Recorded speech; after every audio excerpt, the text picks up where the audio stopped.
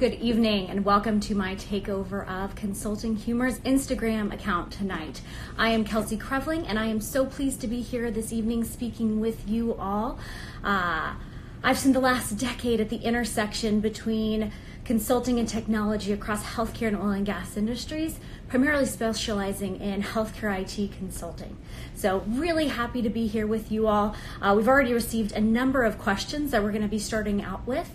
But first, before we dive into all of the details, I want to take a quick moment to go through some housekeeping items. So today's Q&A will be fairly candid, but just to keep you posted, we are recording this video in case you need to step out or aren't able to join the whole thing, or you join late and need to catch up.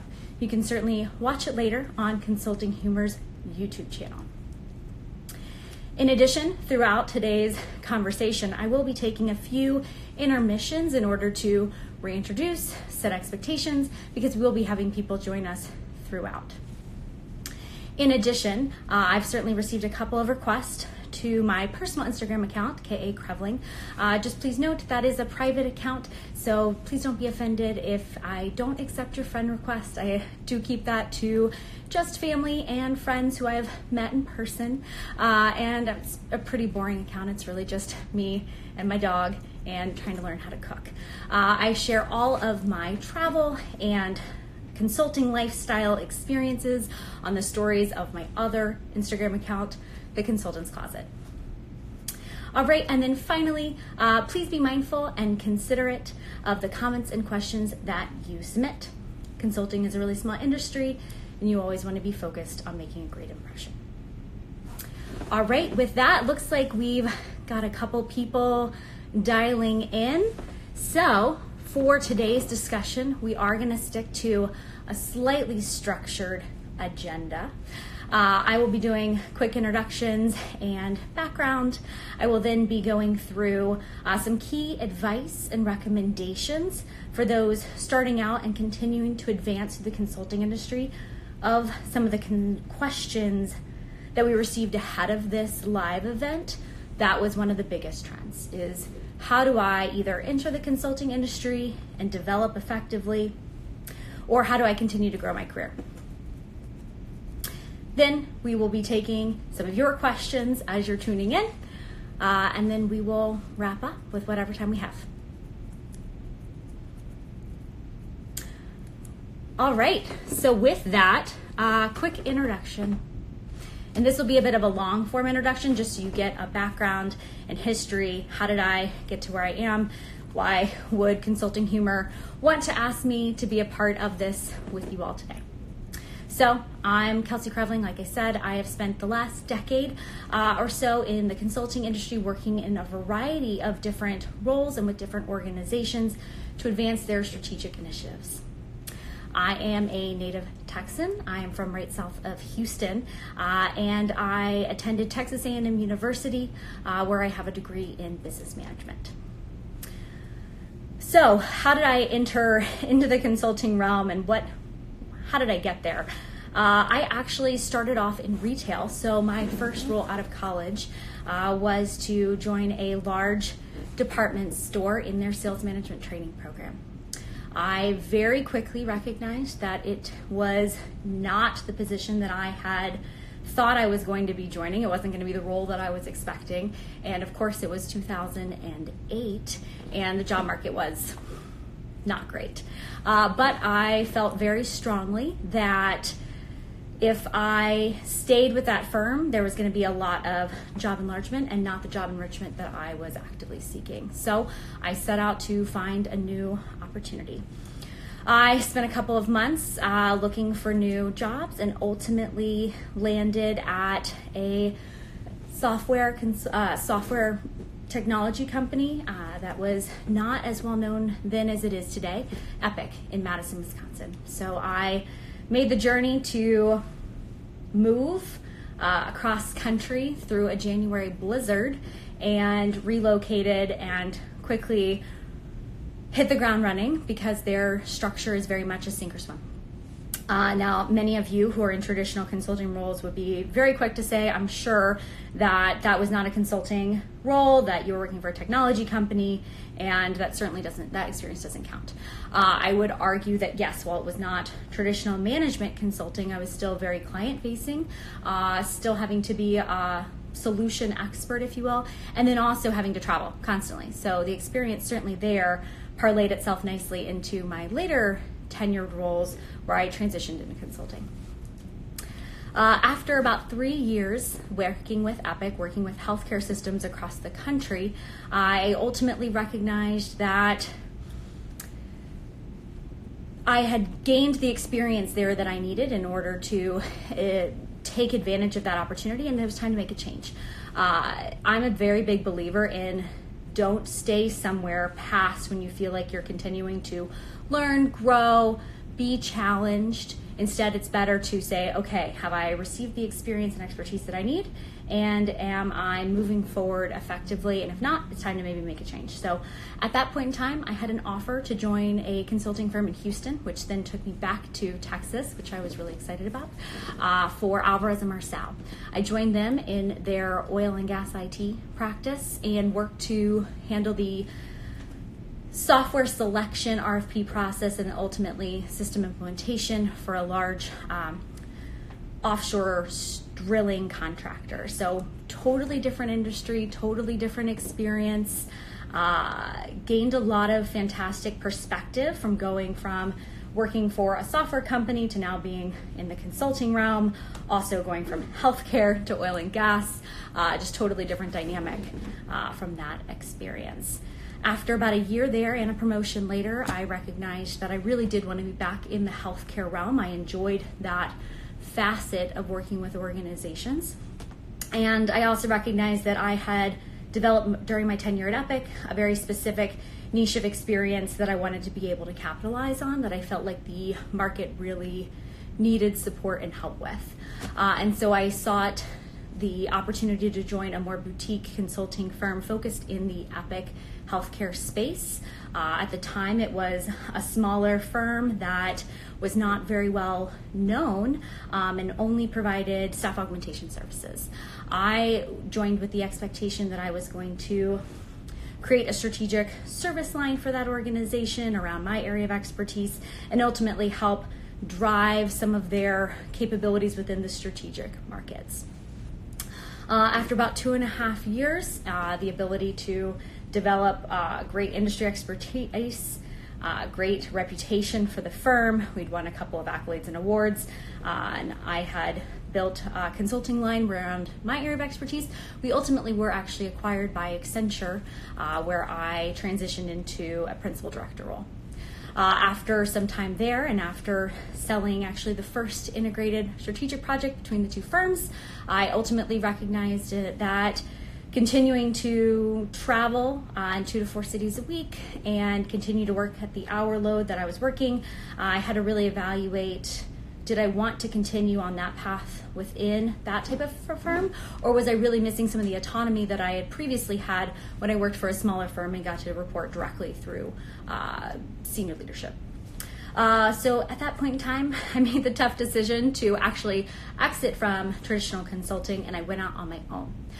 So I've spent since 2016 actually running my own firm, focused on leveraging some of the tools and tactics that I gained bolstering the last consulting firm that I worked for to help other consultancies grow and develop, and to coach and support the growth and development of other consultants. So really happy to be here talking with you all this evening. In addition, actually, the former CEO of the consulting firm that I previously worked for before we were acquired, Sagacious Consultants, he approached me about a year ago with the idea of launching a new consulting firm focused on the growth and development of technology-based startups.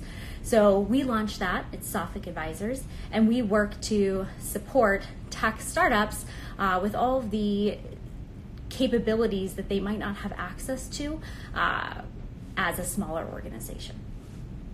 So with that, that's a long-form introduction of me and my background and why I'm here talking with you this evening. A couple of just quick fun facts.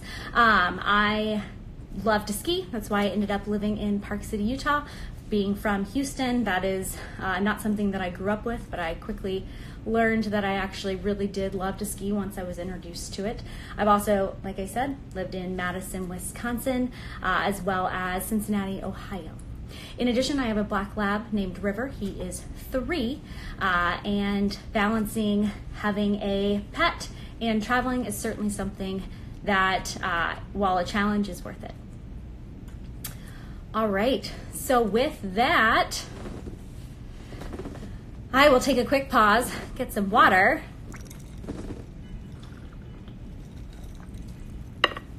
and for those of you just now joining us, welcome. I'm Kelsey Creveling. This whole session is being recorded. Very happy to be here talking with you all today. So as I mentioned earlier, some of the key questions that we received prior to this live event surrounded how do people enter the consulting industry successfully, and then how do they actually grow in their careers so that they can advance into the roles that they want. I have lots of advice and recommendations on this topic, but if I were to boil it down to some generalities, I would say first and foremost, you have to believe in yourself and your abilities. Even if you're just starting out, you have something to bring to the table. You wouldn't have been hired if you didn't. You can certainly always show up on time. You can work hard. You can research. You can use Google, because people severely underestimate the benefits that Google offers when you are just trying to figure things out. You can ask intelligent questions. You can prepare. You can be helpful, be positive, and be focused.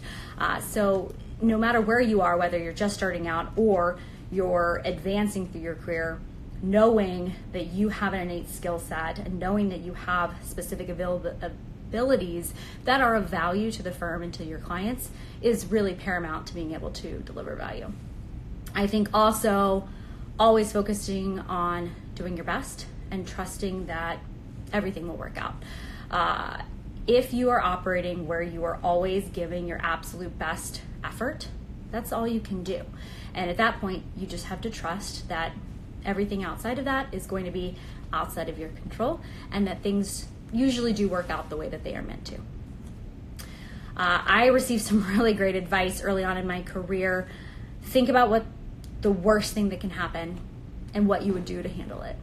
And once you've actually thought through the absolute worst and how you would handle what would happen, it makes it a lot easier to deal with every single day. So I used to suffer from a ton of anxiety, especially when I was first starting out my career. You know, what happens if I don't do a good job? What happens if I lose my job? Am I really doing enough? Even though I was killing myself, working 90-hour weeks, etc., I always worried that it wasn't going to be sufficient. And my mom actually asked me, okay, so what's the worst that will happen? And it was, okay, I lose my job. Okay, and then I have to move in with my parents. Okay, and then I have to find something new. Okay, and then. And once I realized that that wasn't actually that truly terrible, it made continuing to move forward a lot easier.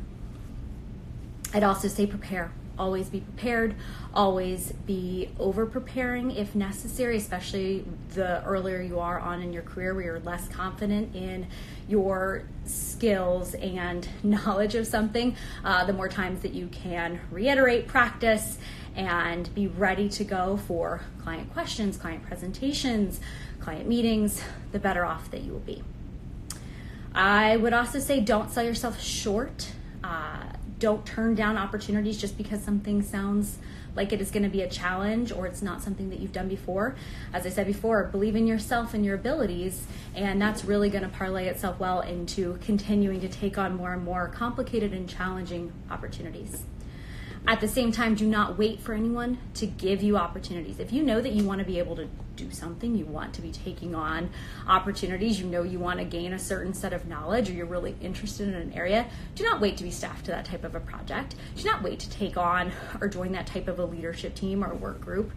Find out who's leading it, find out who the service line leader is, or who the expert is, or who else is involved in it, and start asking questions. Start seeing, can I sit in on meetings? Can I audit those discussions? Can I join you all for conversations? I want to learn more about this topic, because they're not going to know that you're interested unless you tell them.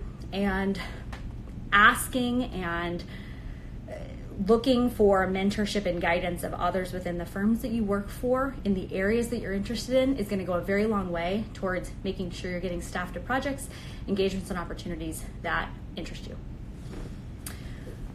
All right, and this one's probably a good one for me to give to myself at the moment, because I will be the first to say that while I've given a lot of public speaking and done a lot of different client-facing interactions in my career, this is the first time I have had to give a presentation to myself other than just practicing in the mirror. And it's really an interesting dynamic, to say the least. But be calm.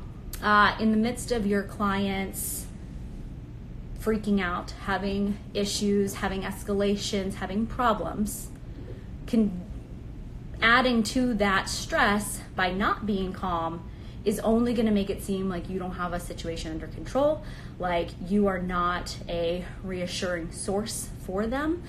Instead, the calmest person in the room is the person that is able to be leading the discussion, is the person that's able to set the expectations, and is the person that everyone else is going to be looking to move everything forward.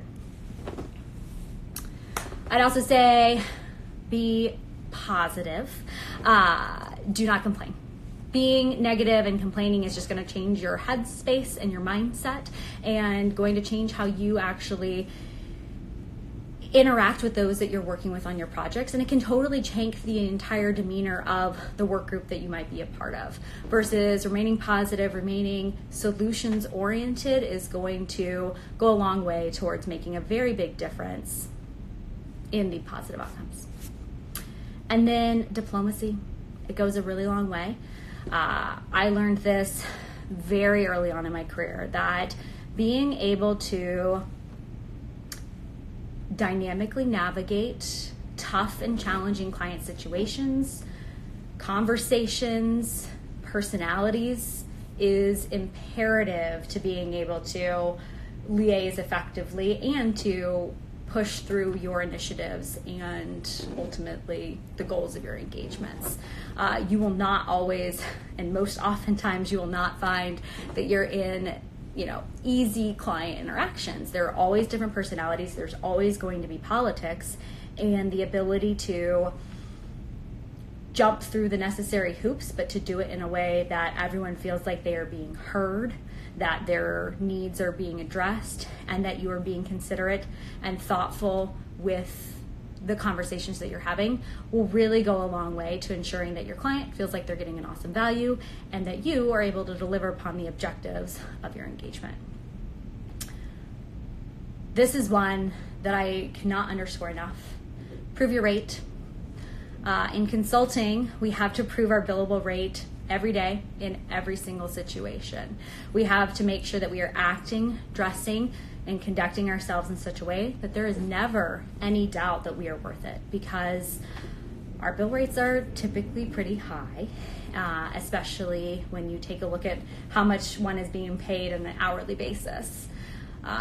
If you aggregate it into, overarching value of deliverables and engagement objectives, then sure, it certainly might seem a little bit less. But when you take a look at it on an hourly basis, that's a tough pill sometimes for clients to swallow, especially if they don't feel like you are living up to what their expectations are of an hourly basis.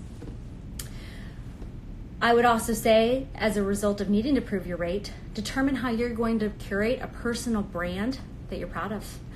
Remember now that social media is forever, and I will always be remembering that, the first 5 minutes of this, I was speaking 1,000 miles a second, even though I did some deep breathing right before I started.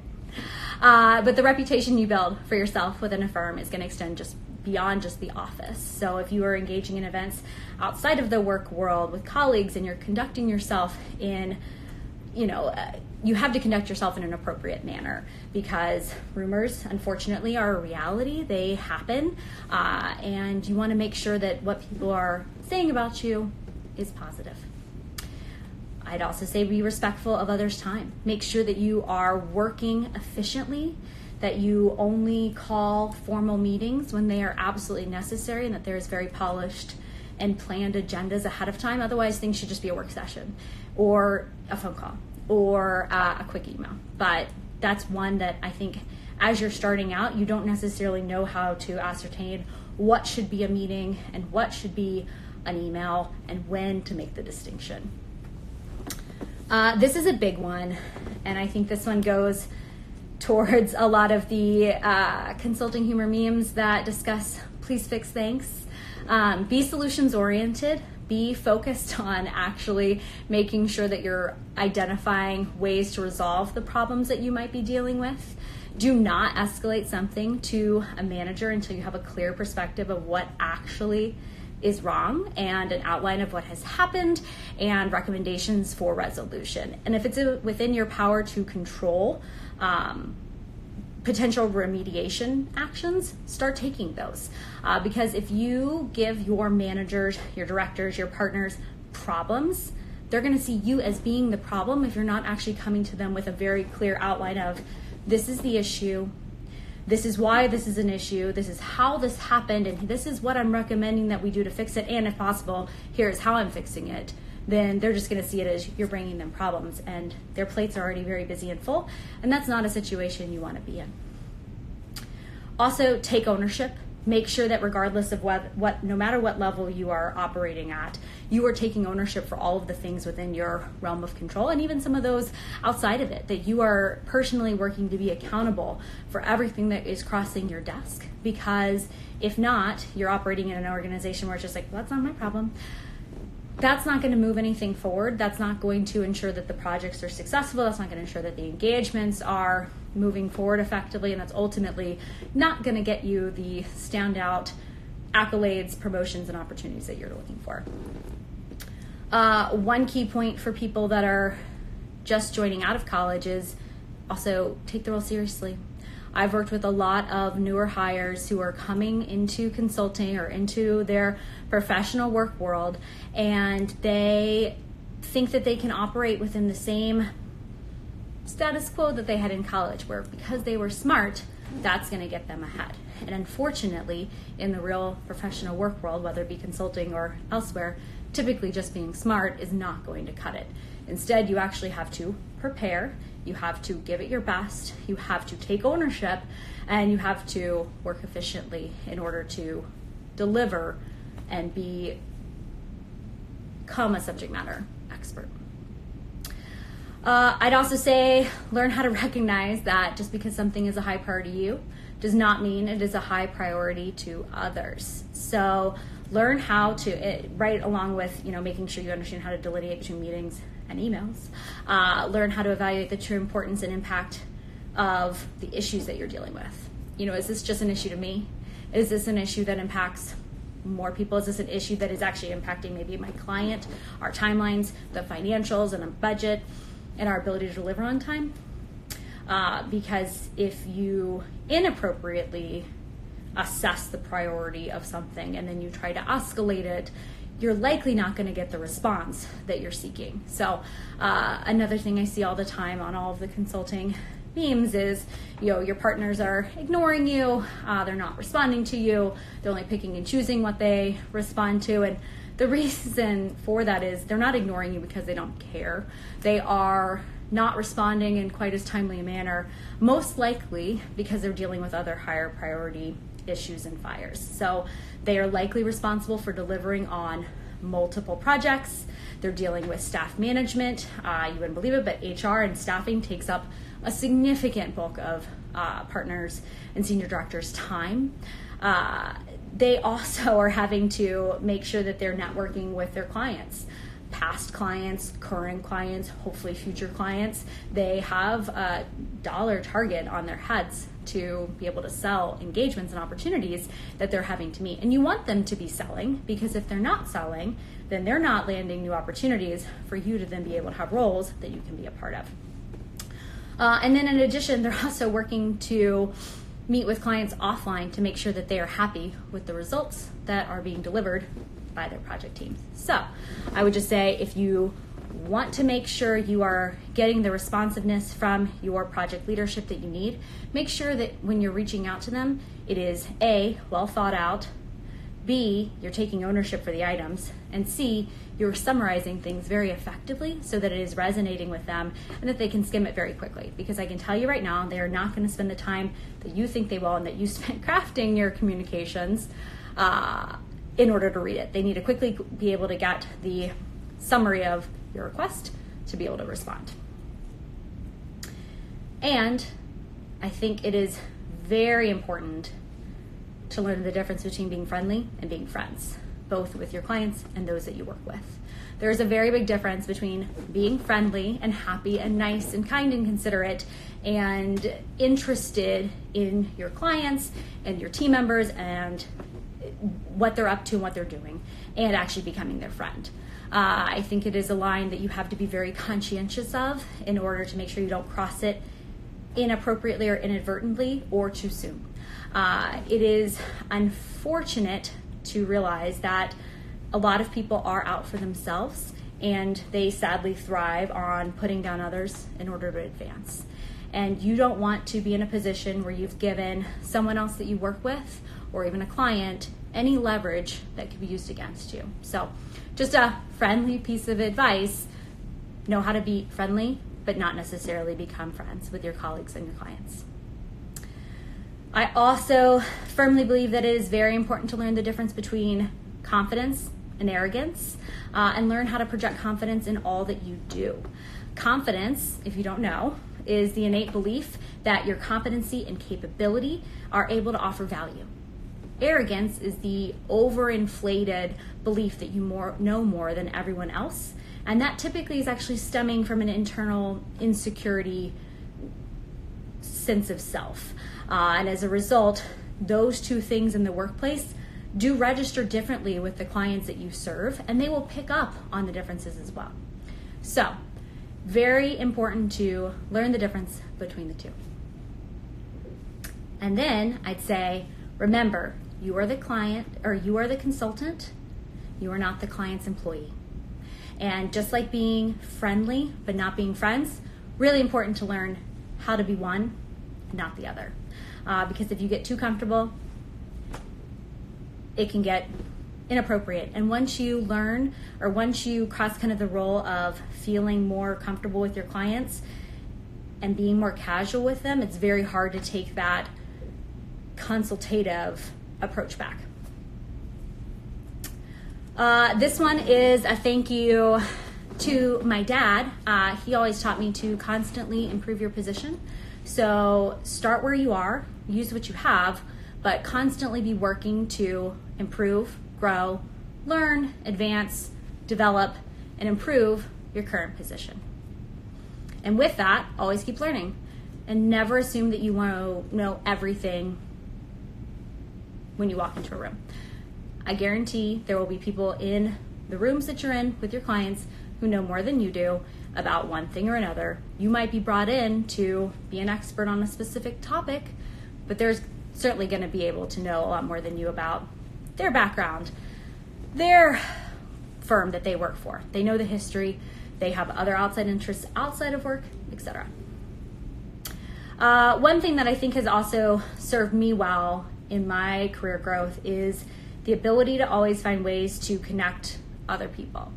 And I'm not talking about specifically networking, because ultimately I kind of think networking is gag worthy when you're just looking to self-serve and help promote your own opportunities, but instead look strategically at ways that you can put people together. This person knows so-and-so and they have this experience, and this person might be looking for a new job and they would be a perfect match to talk with each other. I'll connect them. Or these two people might be interested in working together, or these two firms might be interested in working and partnering together. Being able to look for ways to connect people really makes a difference in your professional career, and it can pay major dividends in the future. Few other things. Don't burn bridges. The consulting industry is very small. It's, instead of 6 degrees to Kevin Bacon, it's like 2. So just always remember to be professional, kind, considerate, compassionate, and conduct yourself in a manner that you would want other people to take positive thoughts from and be able to think highly of you. And then finally, I would say take a personality test. Know your strengths and know your weaknesses and know what opportunities you have to be able to grow and advance and where you might need to spend some energy and time working on some areas of development. All right, so with that, take a quick break for some water. This is sparkling water. PowerPoint juice comes after this. All right, so for those of you just now joining or joined a little bit late, I am Kelsey Creveling. I am hosting this evening's Instagram Live, sharing my experiences, advice, and recommendations from over a decade in the consulting industry. We have received several questions before this evening's session, but before we jump into some of the other ones that we received, I've seen a couple questions come through. One of them is this being recorded? Yes, it is. Consulting Humor will be sharing this on their YouTube channel for everyone to see both how quickly I can speak, how well I can hold my breath or talk without taking a breath, and how you can learn how to grow and advance in your consulting career forever now. All right, so with that, we got a few questions ahead of time. One of them was, let's see, from, I think it is Manik21, best way to spend bench time. So as long as you are at a firm where you have paid bench time and you're not needing to actively be hustling for a new opportunity just to pay the bills, I think the first thing to do when you are preparing for some bench time is plan to take some time to decompress. You've likely been working really hard for a potentially long period of time. You've been traveling, and as a result, it's really important that when you do get some downtime, you make the most of it. You take time to take care of yourself.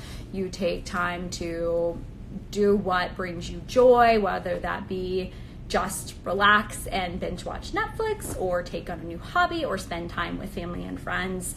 Whatever that might be, make sure you slot some of that in there, because if you don't use that downtime, you'll just continue to perpetuate a cycle of burnout. In addition, I would say once you've made sure to take some self-reflection time and time to decompress, make sure you are connecting with others within your firm. So as I mentioned early on, don't wait for anyone to bring you opportunities. Take a look at what interests you, excites you, and makes you that you're passionate about, and find the people in your firms that are doing those things and spend time with them. See how you can, go to lunch with them, get coffee with them, ask them questions. Networking with those individuals within your firm to learn how you can get involved with different opportunities can really go a long way towards helping you be staffed on your next project that you might be really excited about. When staffing comes around, the first thing they're looking for is, does this person have the skill set necessary to deliver upon the role that I need them to deliver upon? The next thing they look for is this person a good cultural fit for the project team and for the client environment that we're working to build? And ultimately, if you meet, those criteria, but you also happen to be someone that the partner or the staffing counterpart knows and already is familiar with, that you're interested in these opportunities, you're going to be top of mind for being staffed to those type of projects. So those are kind of some of my recommendations for bench time. I'd also say just spend some time on personal career development. Make sure, if there's a book you've been wanting to read, or you're wanting to get maybe your PMP or a different certification, lean, etc., that you are using that time to do those things as well.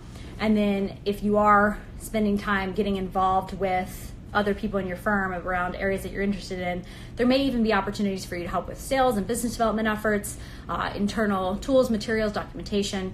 Make sure you're being involved, make sure you're being seen, make sure you're not just actually on a beach somewhere once you've taken a little bit of time to recharge, because otherwise you'll become obsolete, and that's not really where you want to be if you're actually actively trying to advance your consulting career. All right, other questions. This came from, not quite sure, but how to deal with workplace harassment.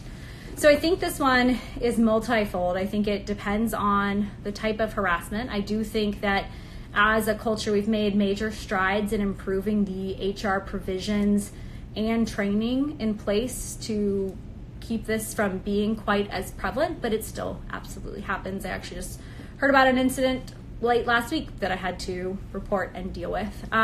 So I think this one is, first and foremost, if you're telling me that it's harassment, then you're clearly feeling like it is an inappropriate behavior in some way, shape, or form, whether that be sexual or just inadvertent attention or inappropriate action, or there's many different forms of harassment, but you feel like it is inappropriate. I think the first thing to do is to evaluate the landscape that you're working within. Is the harassment actually coming from someone on your team?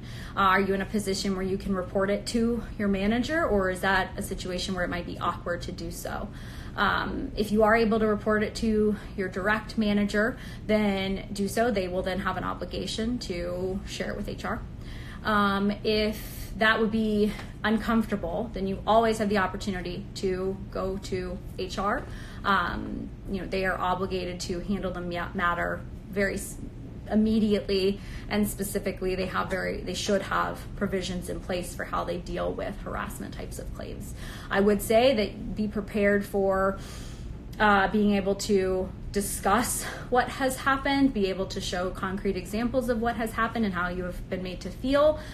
There will be requests for documentation. The process for investigating harassment types of claims is not a simple and straightforward one. Most HR issues aren't.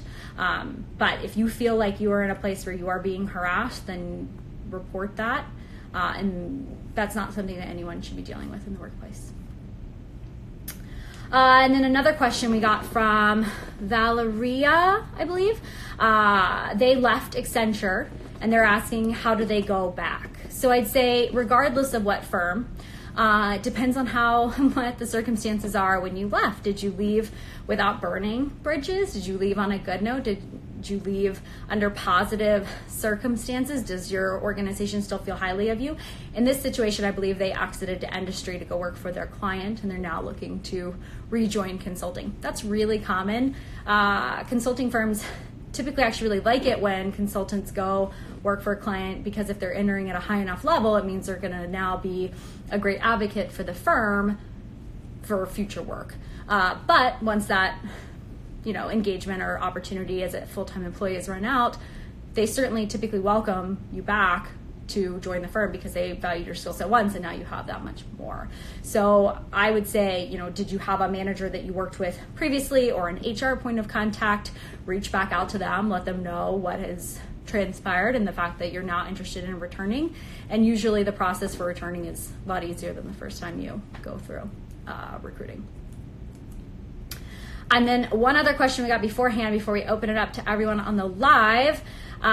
This was a really interesting one that I thought about for a bit. If I were to solve the world's healthcare problem from a non-consulting lens, how would I do it? I am personally a product of our modern healthcare industry and the abilities and capabilities of modern medicine. So I was a preemie infant emergency delivery, should not have lived, was in a hospital for the first month of my life, and am here today because of Texas Children's and the fabulous team of providers there.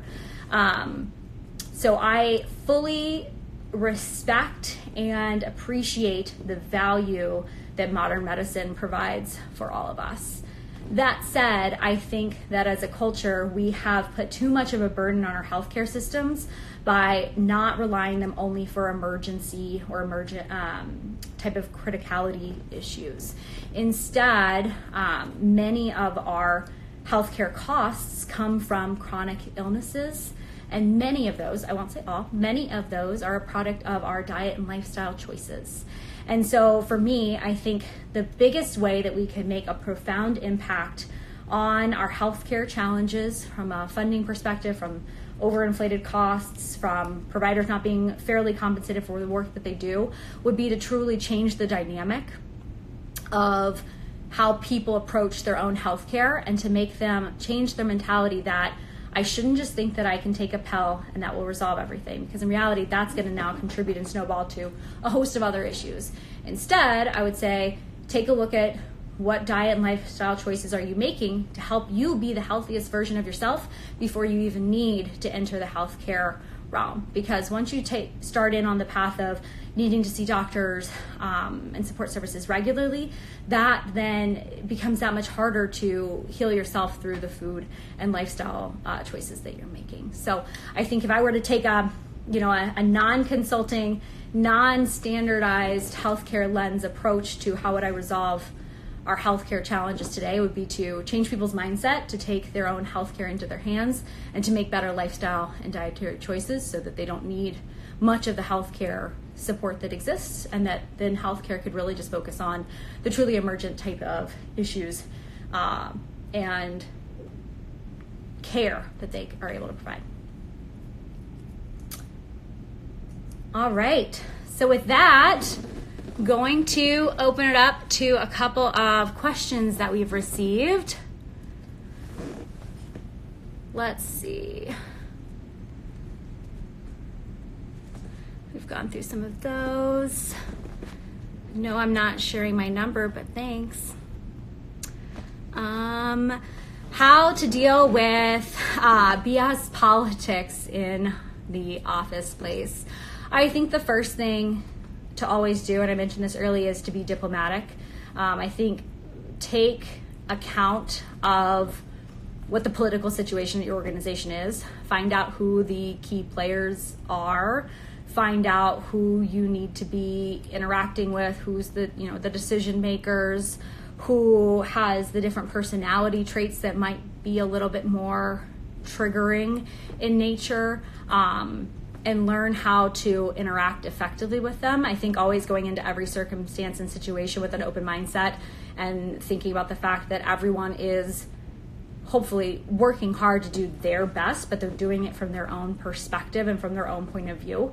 Once you take kind of your blinders off of, gosh, I don't like how that person responded, I don't like how they did that, I don't like how they acted, recognizing that they're doing it from their own perspective based on their own experiences really helps to just kind of level the playing field and kind of dial back any frustrations that you might be feeling because of their politics. I mean, when you think about the fact that everyone, as I mentioned earlier, is kind of out for themselves, they're working to advance their own careers, they're working to protect their own positions, and they're ultimately working to be seen as doing a good job, I think that really helps you navigate it a little bit more effectively.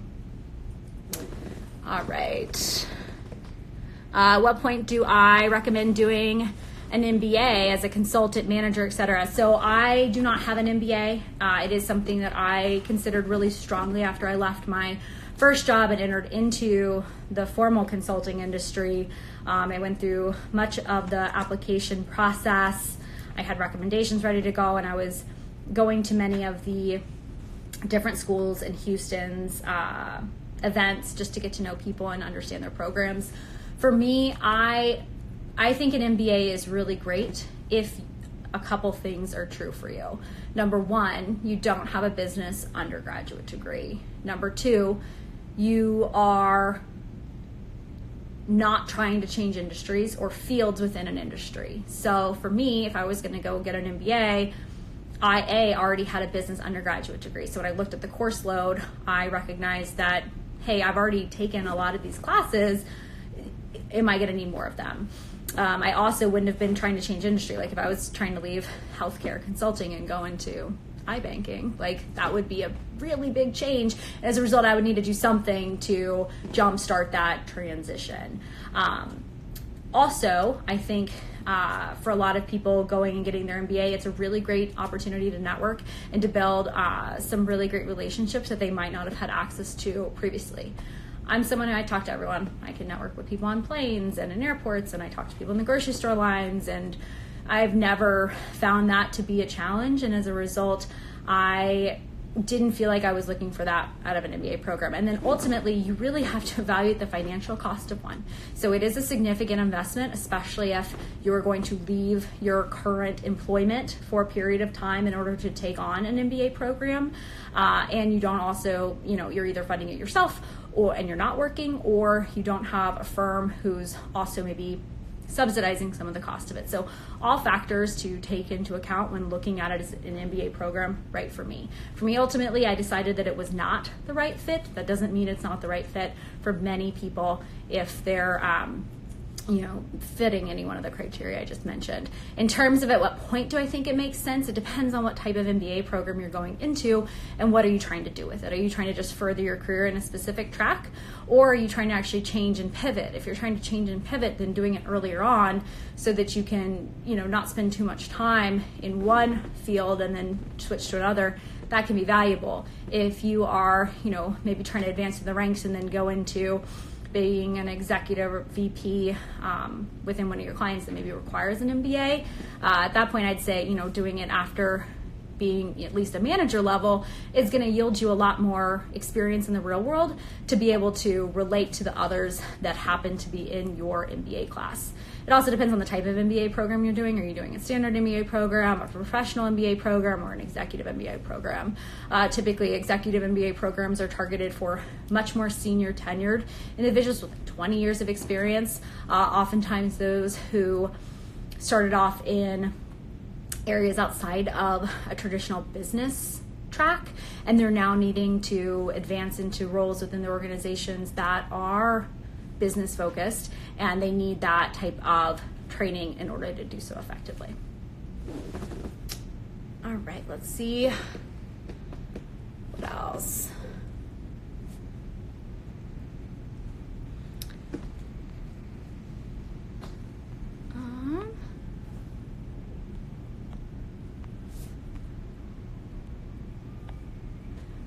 Was it a challenge? This is from Elise, and was it a challenge to deal with alpha males in the workplace as a woman in consulting?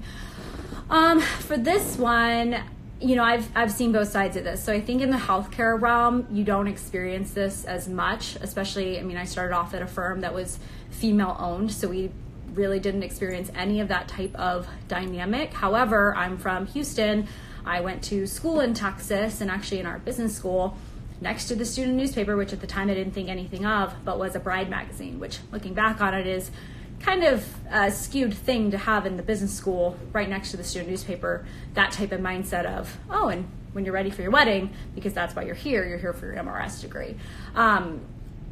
Working in oil and gas, I did see this a lot, and I think you really have to rely upon your skill set and recognize that you deserve a seat at the table just as much as everyone else does, that your viewpoints are just as valid and you offer a different perspective than others do. And if you're able to be confident and to rely upon your strengths, knowledge, skill set, then you're able to face that pretty effectively. But sure, I think you have to kind of project a confidence that you may not always feel.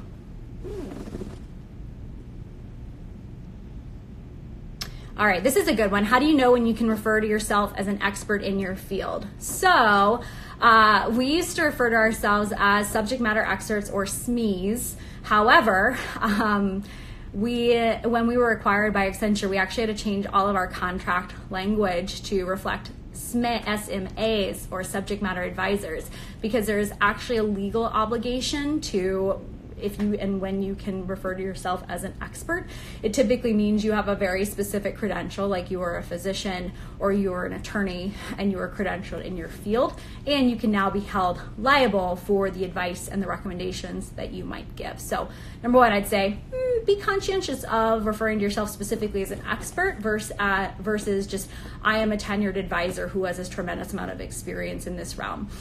I'd also say it depends on what it is that you are focusing on in terms of your experience. Or have you developed a very niche area of expertise that not many other people have? How limited is the field that you're competing against? When I was at Epic, I worked on a very small leadership team, where we cultivated a whole set of recommendations for helping healthcare systems extend their instance of the software to their affiliate healthcare practices and provider groups. So, a very, very small realm of people at the time had that area of knowledge. because of that, and because the consulting realm around that space was so limited, I became one of the very few people that held that knowledge, because I had actually set and developed a lot of the recommendations that existed. So I think just knowing how specific is your field of knowledge, how many other people are out there with it, and how many years or how much confidence do you have in the knowledge base. I mean, I think they say something like you need 10,000 hours to truly be an expert in something, but I think it really depends. Standard consulting answer, right? It depends. Why did I leave consulting? I really haven't left consulting. I left working for a larger organization, but I'm still in consulting. I still work with many different clients, and I still focus on being consultative with the organizations that I work with. I just, for me, felt like it was time to go out on my own. I like being my own boss, and I like being able to have my own company and be able to drive the opportunities and engagements that I take on. Thank you for doing this, Kelsey. This is from Cyrus. Have you ever seen anyone transition from accounting into consulting? Sure, definitely. This is not an atypical thing to do. I actually have a good friend who has an accounting degree, has bounced back and forth between consulting, working on transaction advisory, working in financial services, working on industry side, and kind of parlaying all of those different experiences back and forth. So I think if you're interested in it, you can certainly do it. I would also say, I think there's probably a consultancy for most fields of knowledge. There's so, besides just the big four, there are and MBB, there are so many more boutique fields that are specialized in nature. I know the larger firms are going to look down on some of the smaller firms, but in reality, depending upon what your field of knowledge is, working for a smaller firm might provide an environment that suits you a little bit better. I know many firms, focus on more regionalized staffing models, for example, so that you're not traveling as much, you're not on the road. Maybe they focus a little bit more on quality of work-life balance. And those can be really good also to transition to after you've gained some of the really great skill set and knowledge that one gains from working for some of the bigger firms at first. All right, what else? Consulting humor, I think this one is for you. This one is Mr. Steps. How do you always come up with those awesome memes? I don't know, but he is really good at them. Or she. They are really good at them. All right. Why I'm out of breath? I talk really fast. I also don't think I do enough breathing exercises. I probably need to do more yoga.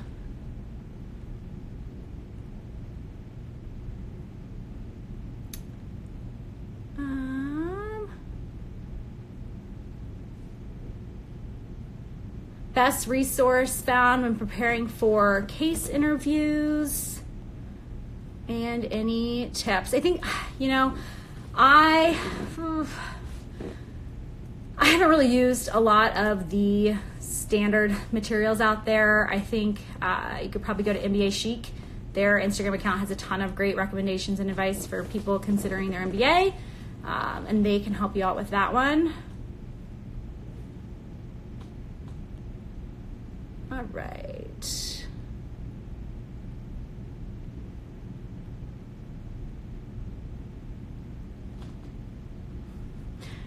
Accenture is complete from strategy to operations. In fact, we are different.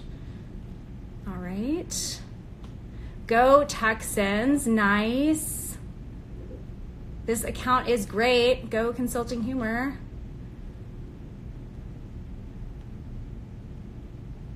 All right. Awesome. Well, I think we have about covered it. Let's see. Can I speak to the pros and cons of going independent? Sure, yeah, absolutely.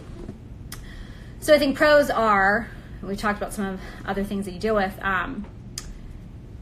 There's not any politics, at least internally within your own firm. You get to decide what type of projects you take on.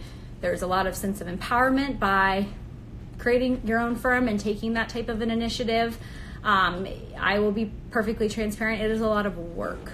So you're now having to handle all of the back end responsibilities that come with actually owning and running a firm. So the taxes, the financials, making sure you're invoicing clients, making sure you're finding clients, writing your own proposals, maintaining your client relationships, and doing it all while also delivering upon the work that you have contractually obligated yourself to. So I personally love it. I think it's a lot of fun and very worthwhile, but I do think before one goes out on their own, it's important to recognize and determine, are you ready to do everything that going on your own entails? Or do you like the umbrella that working for a larger firm offers? So just something to think through. Where do I see the profession going in the future? I think we're entering a gig economy. I mean, I'm not the first person to say that. There are a lot of ways that consulting is having to adapt and change to the technology adjustments that are happening in our industry. So from digital and AI, and everyone wants to be part of robotic processing and things like that. I think more and more it's going to become very important for the people serving in consulting roles to be delivering upon strategic values. I think a lot of the staff augmentation positions across industries are, I wouldn't say evaporating. There will always be a need for, augmentation services, but I do think that being able to really serve in strategic capacities is going to become just very paramount. So make sure that as you're working with your clients, you are working to understand a field of knowledge, and that you can become really well-rounded in that field of knowledge so that you're able to drive that type of strategic value in the future. Have I seen anyone transition from sales to accounting? Sales to consulting. That's from B. Foster Photos.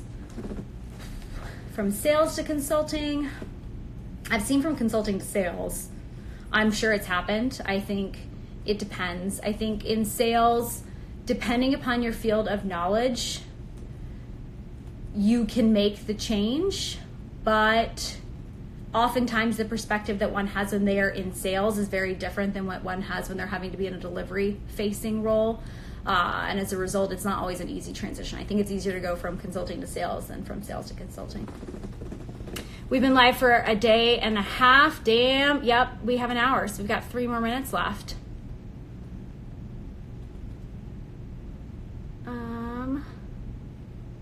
Watching from Brazil. Great. Hi.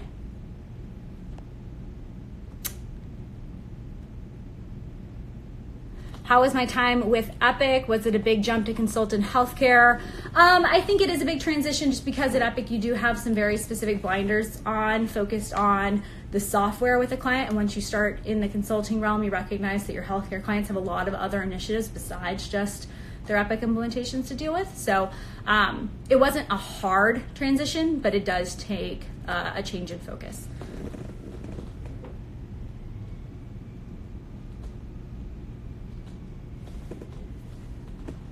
Challenges when you transition to Big Four from smaller firms in the industry.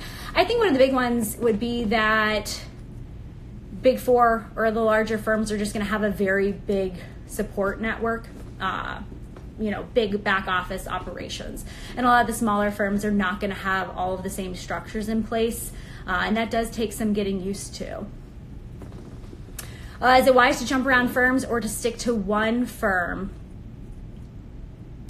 I think it is important to evaluate for yourself what goals you have in your consulting industry and what firms actually resonate with those goals. So if you feel like you are maybe not getting the opportunities that you would like, and you're maybe, getting stuck somewhere, then it might be wise to make a change. However, if you're really loving the work that you're doing, you're constantly being challenged, you feel like you're growing, you feel like you're advancing, then by all means, stay where you are and continue to work hard to do well there. Arun, tool to make good decks. I use PowerPoint. Let's let's see. WTC Paul, best advice you ever received and by who? I talked about this early on this evening. I think best advice is to always do your best, no matter what it is that you're doing. Always do your best. And if you do, just trust that your results will come to fruition and that things will work out the way that they are meant to. With my current endeavors, what's the best tools and or tricks you use to pack all of my outfits? That's from Kim. Hey, Kim. I think first and foremost, I stick to neutrals. I only wear like black and white.